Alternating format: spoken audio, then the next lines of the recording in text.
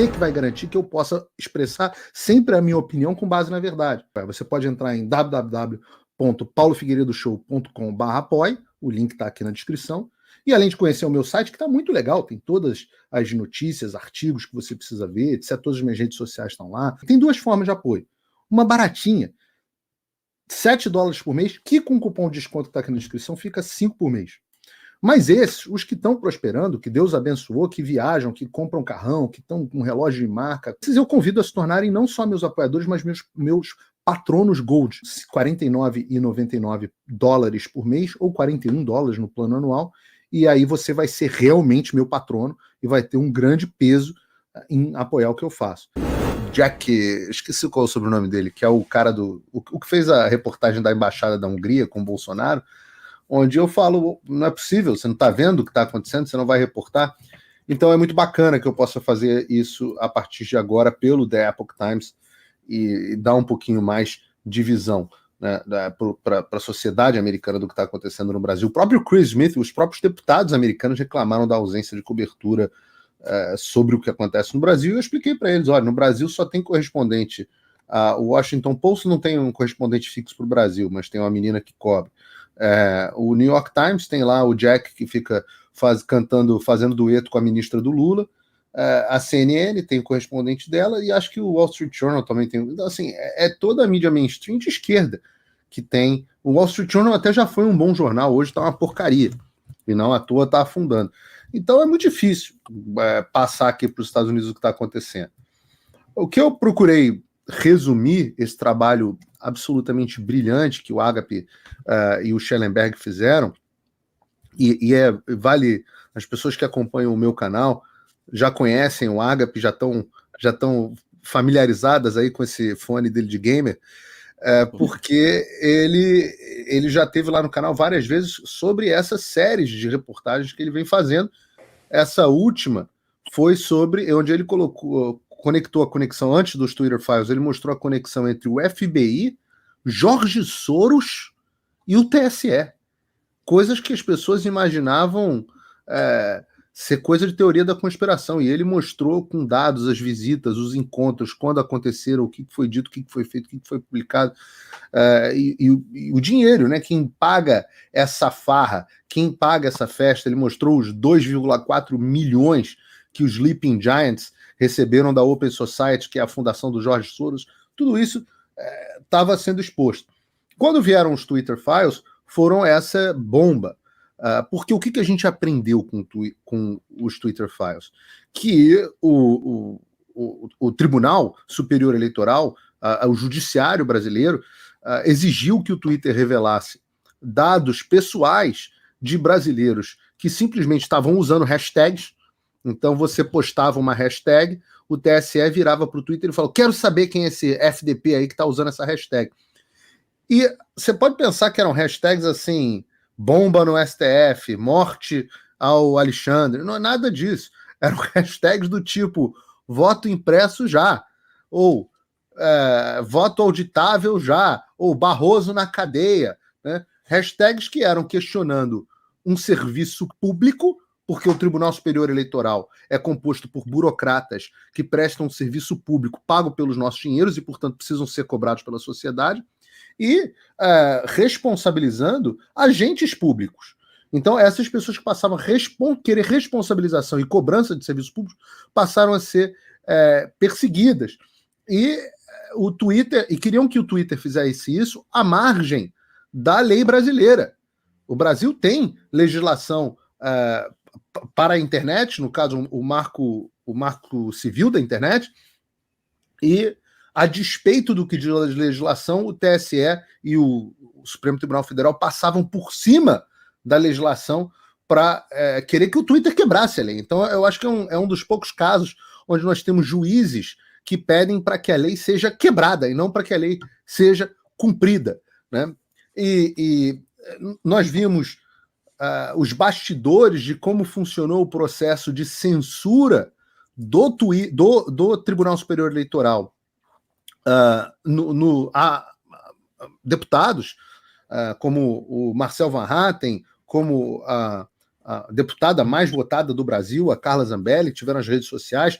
Vimos como é que funcionou o processo de censura a pastor, inclusive, fora do Brasil, pastor aqui da Lagoinha, Orlando Church, o André Valadão, como foi o processo de censura das redes sociais dele, ou seja, alguém que estava fora da jurisdição americana. Vimos o Alexandre numa tentativa louca, megalomaníaca, de exigir que as pessoas fossem censuradas até nos Estados Unidos. Ele queria exceder até a jurisdição dele, sendo que, porque ele falou que os brasileiros podiam usar VPN. O Alexandre morre de medo que as pessoas baixem VPN, e é por isso que todo mundo tem que ter VPN. Se você não tem um VPN hoje, você é parte do problema, você não é parte mais da solução. E por último, e o mais grave aqui para eu concluir, nós vimos talvez o crime mais grave de todos esses, e eu listei aqui crimes gravíssimos, né? Violação de imunidade parlamentar, obrigação, tentar forçar alguém a cometer um crime. Eu citei aqui coisas muito graves, mas a mais grave de todas as coisas foi a tentativa do Alexandre de Moraes de transformar, né? A gente chama de weaponize, o Schellenberger e o Agap chamaram de weaponize, né? Transformar em arma, instrumentalizar o Twitter. E a gente sabe que, na verdade, foram todas as redes sociais, porque a gente tem as informações do Twitter, mas a gente vê o Twitter dizendo que as coisas, na verdade, foram mais graves, inclusive eram piores dentro do Google, né? Mas o Alexandre de Moraes transformou as redes sociais brasileiras em uma peça de campanha do Lula. E eu explico por quê. Nós temos as evidências incontestáveis pelos e-mails do Twitter de que o Alexandre queria suprimir conteúdo, posts e personagens de direita, que, portanto, criticariam e fariam uma exposição de quem era o candidato Lula, e, ao mesmo tempo, poderiam exaltar o candidato Bolsonaro. Dessa forma, com o peso que as redes sociais têm e com a diferença ínfima que nós tivemos nos votos entre Lula e Bolsonaro, é possível afirmar que o Alexandre de Moraes, só com isso, já decidiu o resultado das eleições.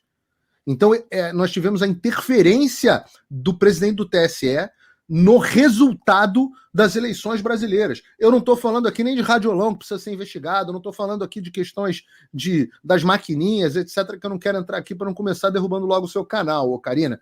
Mas nós estamos falando de uma ação criminosa, marginal, de um agente público que interferiu no processo eleitoral brasileiro.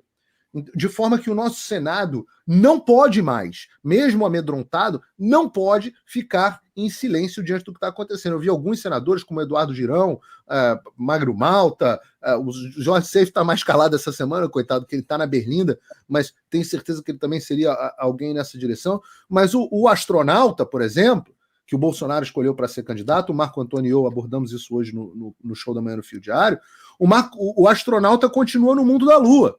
Ele acha que ele ainda é astronauta e está apostando transplante de rim de porco, sei lá o quê. Eu falo, pô, legal, boa, parabéns, bacana. Mas você tá vendo onde é que você tá, velho?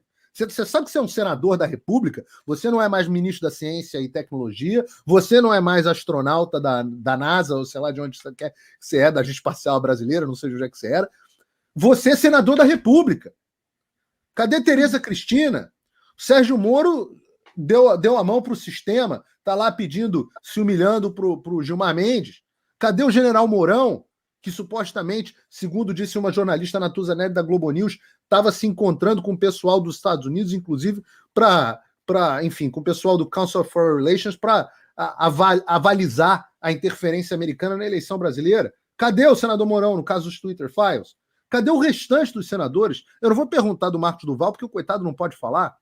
Mas cadê o restante dos nossos senadores? Senador Portinho, do meu Rio de Janeiro. Romário deve estar jogando futebol, sei lá o que ele está fazendo. Ótimo peladeiro, péssimo senador. Mas onde estão os senadores do Brasil? Cadê o restante dos senadores do Brasil?